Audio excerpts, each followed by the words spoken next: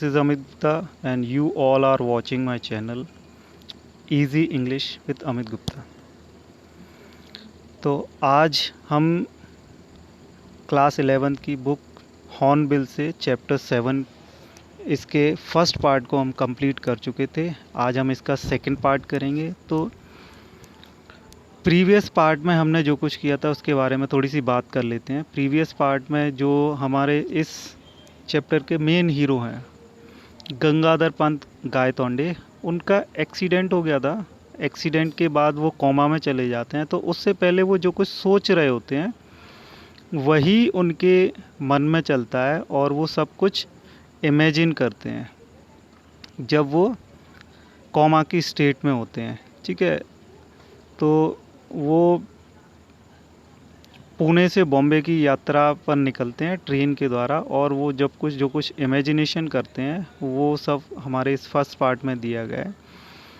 ठीक है, तो देखते हैं इसका सेकंड पार्ट आज हम कंप्लीट करते हैं, उसके आगे का भाग।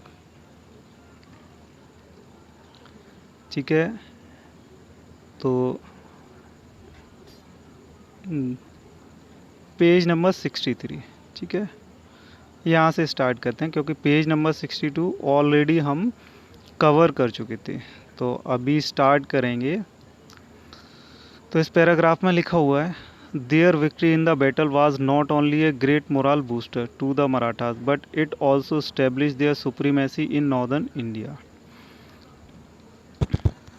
तो जो मराठास थे वो जब पानीपत की बैटल में जीत जाते हैं तो ये जीत उनके लिए केवल उनकी मोरल को बूस्ट ही नहीं करती सिर्फ, बल्कि उनका जो प्रभुत्व होता है नॉर्थ इंडिया पर, उत्तरी भारत पर, उसके प्रभाव को और बढ़ा देती है। The East India Company which had been watching these developments from the sidelines got the message and temporarily shelved its expansionist programme.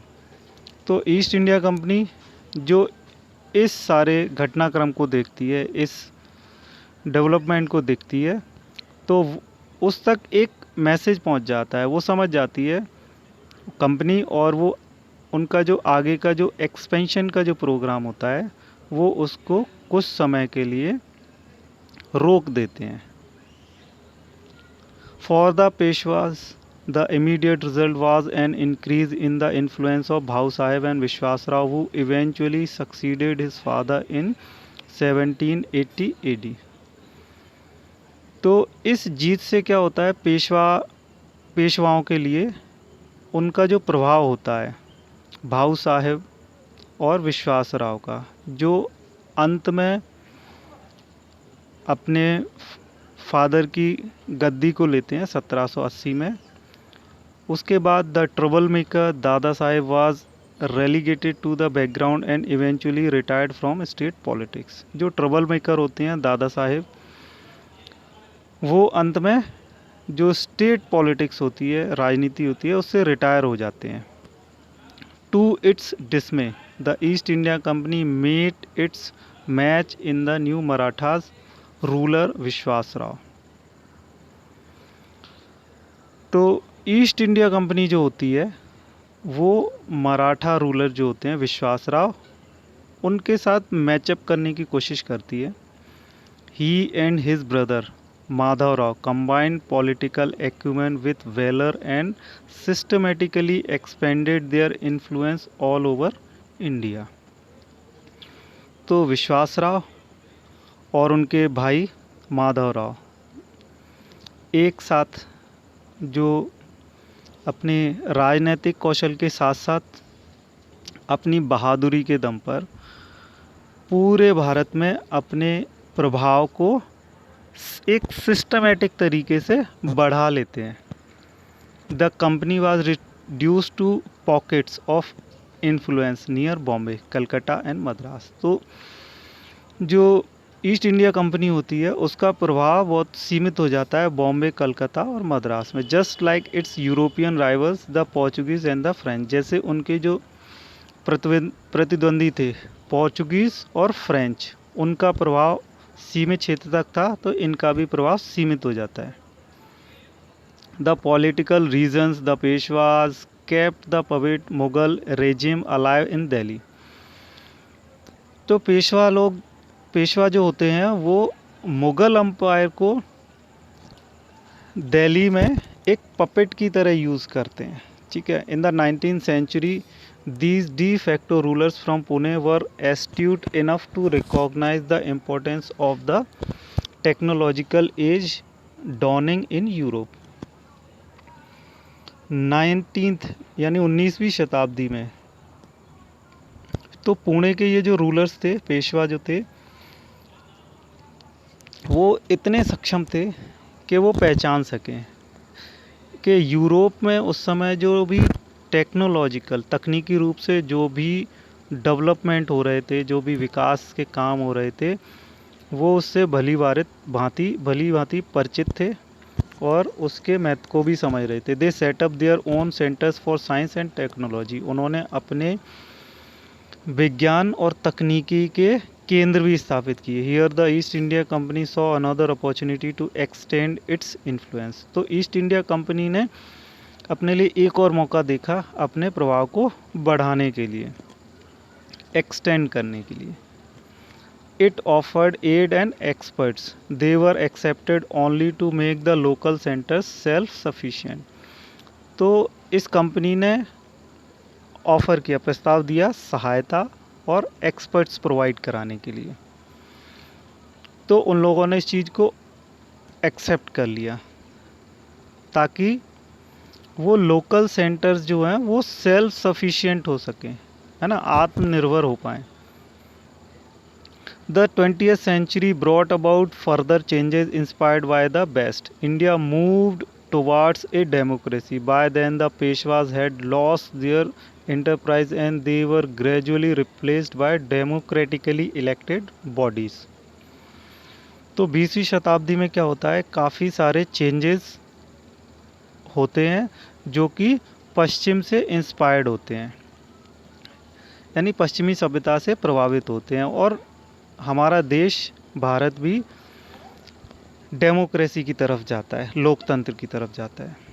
तब तक पेशवा, उनके कई सारे क्षेत्र, कई सारे राज्य धीरे धीरे लोकतंत्र की तरफ बढ़ते हैं, ठीक है, जहाँ इलेक्टेड बॉडीज़ होती हैं, यानी लोग अपने रूलर्स को खुद चुने, वो भी वोट डाल करके। The Sultanate at Delhi survived even this transition largely because it wielded no real influence। तो दिल्ली में जो सल्तनत थी, ये सब ट्रांजिशन होने के बावजूद भी उस पे ज़्यादा कोई इफ़ेक्ट नहीं हुआ क्योंकि उनका इन्फ्लुएंस बहुत ही सीमित हो चुका था। The Shahenshah of Delhi was no more than a figure head to rubber stamp the recommendation made by the central parliament। तो दिल्ली के जो शहंशाह थे वो केवल रबर स्टैम्प की तरह थे। उनका काम जो होता था वो सेंट्रल पार्लियामेंट के द्वारा जो भी रिकमेंडेशंस होती थी, बस उन पर सिर्फ अपनी मोहर लगाना होता था। As he rode on, Gangadhar Pant began to appreciate the India he had seen. तो जैसे उन्होंने आगे पढ़ा तो गंगाधर पंत जो थे उन्होंने प्रशंसा करना शुरू किया जिस तरीके से वो इंडिया को जानते थे, उन्होंने देखा। It was a country that had not been subjected to slavery for the white man. It had learn to stand on its feet and knew what self respect was. तो इस देश के बारे में वो ये कहते हैं कि हमारा देश ऐसा रहा है कि जिसने अंग्रेज़ों के सामने गुलामी स्वीकार नहीं की, बल्कि अपने पैरों पे खड़ा होना और सेल्फ रिस्पेक्ट क्या होती है उसको जानना सीखा। From a position of strength and for purely commercial reason it had allowed the British to retain. यानी शक्ति की स्थिति को बरकरार रखने के लिए, ठीक है, पूर्ण रूप से कमर्शियल रीजन यानी व्यापारिक जो कारण थे उसको साधने के लिए उन्होंने ब्रिटिशर्स को रिटेन रखा, यानी उनको बनाए रखा, Bombay as the sole outpost on the subcontinent. ठीक है, तो बॉम्बे को उन्होंने एक सोल आउटपोस्ट यानी एक चौकी के रूप में बना करके रखा। सब कॉन्टिनेंट यानी उपमहाद्वीप, हमारे देश को बोला जाता है, एक उपमहाद्वीप के तरह उसका जो साइज़ है हमारे देश का वो है, इसलिए इसको हम सब कॉन्टिनेंट भी बोलते हैं। That lease was to expire in the year 2001 according to a treaty of 1908। तो 1908 की एक ट्रीटी के अनुसार एक जो संधि हुई थी उसके अनुसार जो लीज थी वो 2001 में एक्सपायर होने वाली थी। Gangadhar Pant could not help comparing the country he knew with what he was witnessing around him। तो गंगाधर पंत कंपेयर नहीं कर पा रहे थे जिस कंट्री को वो जानते थे और जिसके वो अभी विटनेस थे, जो उनके आसपास चल रहा था, जिसके वो गवाह थे। But at the same time he felt that his investigation were incomplete. और दूसरी तरफ ही उन्होंने ये भी महसूस किया कि उनकी जो भी खोज थी वो इनकम्प्लीट थी। How did the Marathas win the battle? To find the answer he must look for account of the battle itself. यानी मराठाओं की जीत कैसे हुई, इन सब का आंसर खोजने के लिए उनको बैटल की जानकारी, यानी जो युद्ध था उसकी पूरे अकाउंट के बारे में, उसकी पूरी जानकारी उनको पढ़नी थी। He went through the books and journals before him. यानी उनके सामने जो भी बुक्स थी और जो भी जर्नल्स थे, न्यूज़पेपर्स थे, वो उन्होंने पढ़े। At last among the books he found one that gave him the clue. It was भाऊ साहेबांची बाकर। अंत में उन सभी किताबों में उनको एक किताब ऐसी मिली जिसमें उनको क्लू मिल गया, और वो थी भाऊ साहेबांची बाकर। Although he seldom relied on the bakhars for historical evidence, he found them entertaining to read, sometimes buried in the graphic but doctored accounts. He could spot the germs of truth. He found one now in a 3-line account of how close Vishwas Rao had come to being killed. हालांकि वो कभी कभी ही इस पर rely करते थे, जो भाऊ साहेब बाची जो बुक थी हिस्टोरिकल एविडेंस के लिए। ठीक है, उन्होंने पाया कि ये पढ़ने में कैसी है, इंटरटेनिंग है। ठीक है, यानी मनोरंजन के लिए। कभी कभी जो डॉक्टर्ड अकाउंट्स हैं, यानी जो छेड़छाड़ की गई है एविडेंस के साथ, ठीक है, वो भी उसमें उनको रिफ्लेक्ट करता था। He could spot the germs of truth. तो उन्होंने उसमें कुछ सच्चाई को भी उन्होंने देखा था। He found one now in A 3-line account of how close. यानी उन्होंने एक 3 लाइन की एक जानकारी को भी उसमें देखा, जिसमें उनको ये पता चला कि किस प्रकार विश्वास राव उनकी मृत्यु हुई। And then Vishwas Rao guided his horse to the melee where the elite troops were fighting and he attack them. तो यानी कि ये जो 3 या 3.5 लाइन की जो अलग से लिखा हुआ है ना, एंड देन से लेकर के टू हिज डेथ, तो जो बुक वो पढ़ रहे थे उसका पार्ट है ये। ठीक है, तो विश्वास राव ने उसके बाद अपने हॉर्स को गाइड किया, यानी उस हॉर्स को आगे बढ़ाया मिली की तरफ, जहाँ पर जो सेनाएं हैं वो लड़ रही थी। ठीक है, और उन्होंने अटैक किया उस सेना पर। And God was merciful. और ईश्वर जो था वो कैसा था, दयाशील था। ए शॉर्ट ब्रश्ड पास हिज ईयर। ठीक है, एक जो गोली थी वो उनके कान के पास से निकल गई। Even the difference of a til, ठीक है, तिल यानी sesame, would have led to his death. यानी वो अपनी मौत से बस एक तिल की दूरी पर थे। At 8 o'clock, the librarian politely reminded the professor that the library was closing for the day. Gangadhar Panch emerged from his thoughts. Looking around, he noticed that he was the only reader left in that magnificent hall. तो करीब 8 बजे librarian ने उनको remind कराया, याद दिलाया professor को कि लाइब्रेरी का ये बंद होने का समय हो गया है। ठीक है, तो गंगाधर पंत अपने विचारों से बाहर आए।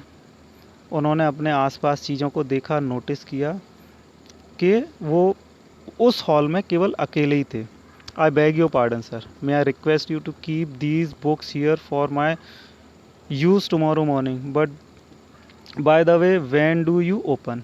तो अब आगे गंगाधर पंत जी बोलते हैं कि मैं आपसे क्षमा चाहता हूँ, मैं आपसे एक रिक्वेस्ट भी करता हूँ, क्या आप इन किताबों को यहीं पर रख सकते हैं, यानी ताकि मैं सुबह आकर को इनको वापस से पढ़ सकूं। और उन्होंने आगे ये भी पूछा कि आपकी ये लाइब्रेरी कब खुलती है, यानी कितने बजे खुलती है। At 8 o'clock sir, the library smiled, here was a user and researcher right after his heart. उसने जवाब दिया कि 8 बजे। लाइब्रेरियन मुस्कुराया क्योंकि उसके सामने एक यूज़र था और रिसर्चर था, यानी बुक्स को पढ़ने वाला और रिसर्च करने वाला। As the professor left the table he shoved some notes into his right pocket absent mindedly, he also shoved the bakhar into his left pocket. तो प्रोफेसर ने जैसे ही टेबल को छोड़ा तो उन्होंने अपनी राइट पॉकेट में और लेफ़्ट पॉकेट में बुक्स को रख लिया।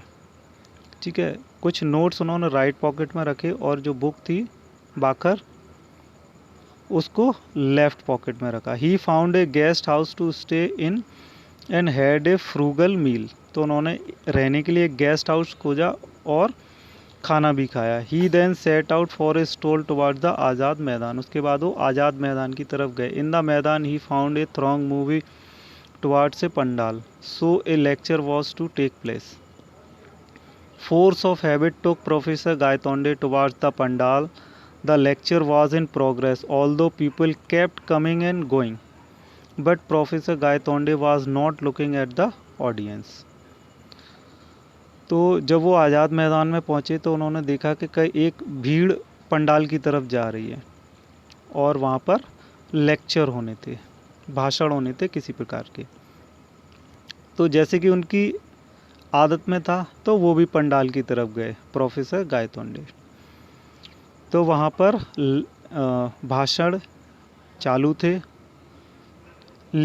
और इस सब के बावजूद भी लोग आ रहे थे और जा रहे थे, लेकिन जो प्रोफेसर गायतोंडे हैं वो ऑडियंस की तरफ नहीं देख रहे थे। He was staring at the platform as if mesmerised. There was a table and a chair, but the latter was unoccupied. ठीक है, तो वो प्लेटफॉर्म की तरफ देख रहे थे। वो जो मंच है उनको मैस्मराइज कर रहा था। ठीक है, वहाँ पर एक टेबल थी और चेयर थी, लेकिन वो कैसी थी, खाली थी। The presidential chair unoccupied, the sight stayed him to the depth, like a piece of iron attracted to a magnet, he swiftly moved towards the chair. तो जो अध्यक्ष की कुर्सी थी वो खाली थी, तो इस दृश्य ने उनको अंदर तक थोड़ा सा शॉक कर दिया। जिस प्रकार कोई लोहे का टुकड़ा चुंबक की तरफ चिपकता है, ठीक वैसे ही वो स्विफ्टली, बहुत ही तेज़ी से चेयर की तरफ बढ़ गए। The speaker stopped in mid sentence, too shocked to continue, but the audience soon found voice. तो इस स्पीकर जो थे बोलते बोलते चुप हो गए।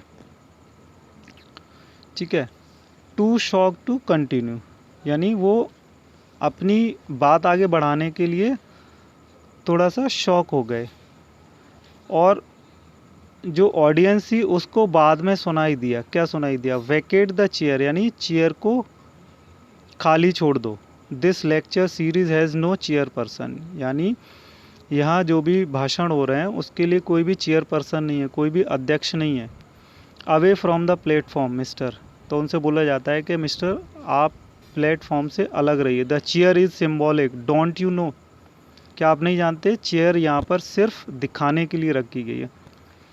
अब वो आगे गंगाधर पंत जी बोलते हैं, व्हाट नॉनसेंस, क्या बेवकूफ़ी है। Whoever heard of a public lecture without presiding dignitary, आप कभी किसी ने सुना है कि कोई भी लेक्चर, पब्लिक लेक्चर हो रहा हो और वो भी बिना अध्यक्ष के और उसकी कुर्सी के हो रहा हो।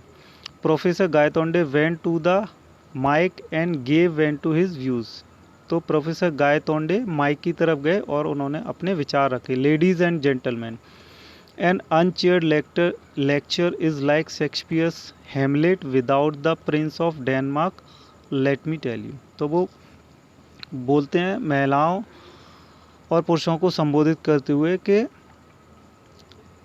लेक्चर जहाँ हो रहे हो वहाँ पर अनचेयर्ड यानी अध्यक्ष ना हो उस किसी भी भाषण का, तो ऐसा लगता है जैसे शेक्सपियर्स का एक नॉवल है हेमलेट, ठीक है, वो हेमलेट जो नॉवल है वो बिना प्रिंस ऑफ डेनमार्क के है, ठीक है, क्योंकि वो उसका मेन हीरो है। But the audience was in no mood to listen, तो जो ऑडियंस थी वो बिल्कुल भी कुछ भी नहीं सुनना चाह रही थी। Let us tell us nothing, हमें कुछ भी मत बोलिए। We are sick of remarks from the chair of vote of thanks of long introduction. तो जो ऑडियंस होती है वो बोलती है कि हम चेयर के द्वारा रिमार्क से और उनके द्वारा दिए गए धन्यवाद से और उनके एक लंबे चौड़े परिचय से परेशान हैं। We only want to listen to the speaker, हम केवल स्पीकर को सुनना चाहते हैं। We abolish the old customs long ago, हमने ये पुराने जो रीति रिवाज हैं उनको पहले ही छोड़ दिया है। Keep the platform empty please, यानी कि प्लेटफॉर्म को, इस मंच को खाली रखो प्लीज़।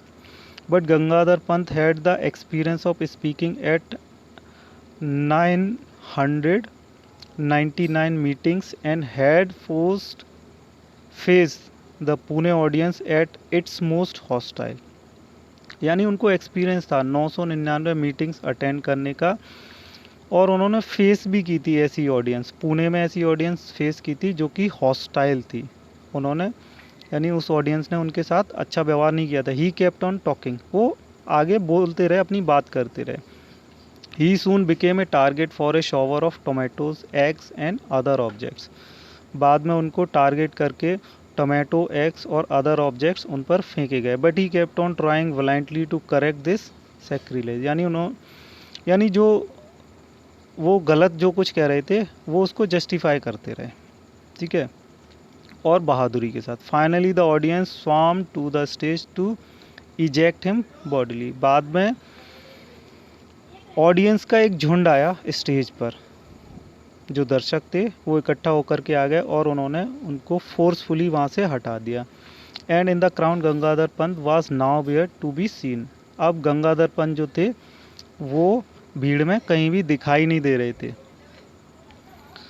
अब आगे देखिए क्या चलता है। That is all I have to tell Rajendra, ये सब वो राजेंद्र जी को बता रहे हैं, ठीक है, राजेंद्र देश पांडे जी को, जो उनके मित्र हैं। वो कह रहे हैं कि यही सब कुछ है जो मैं तुम्हें बताना चाहता हूँ। All I know is that I was found in Azad Maidan in the morning, तो मैं जितना सब कुछ जानता हूँ उसके बाद मैंने अगली सुबह आज़ाद मैदान में अपने आप को पाया। But I was back in the world I am familiar with, यानी मैं वापस उस संसार में आ गया जिससे मैं परिचित था।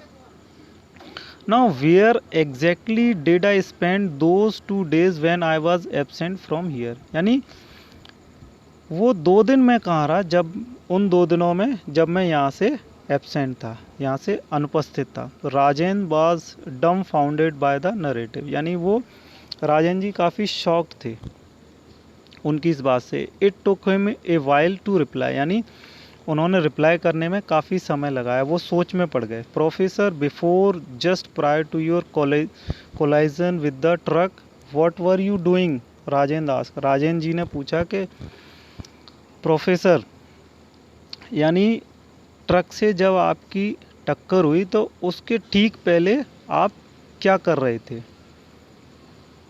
तो ये आज का हमारा सेकंड पार्ट यहीं फिनिश होता है। Thank you so much. I hope you all like this. Thank you. Next part में जल्दी लेकर के आऊँगा।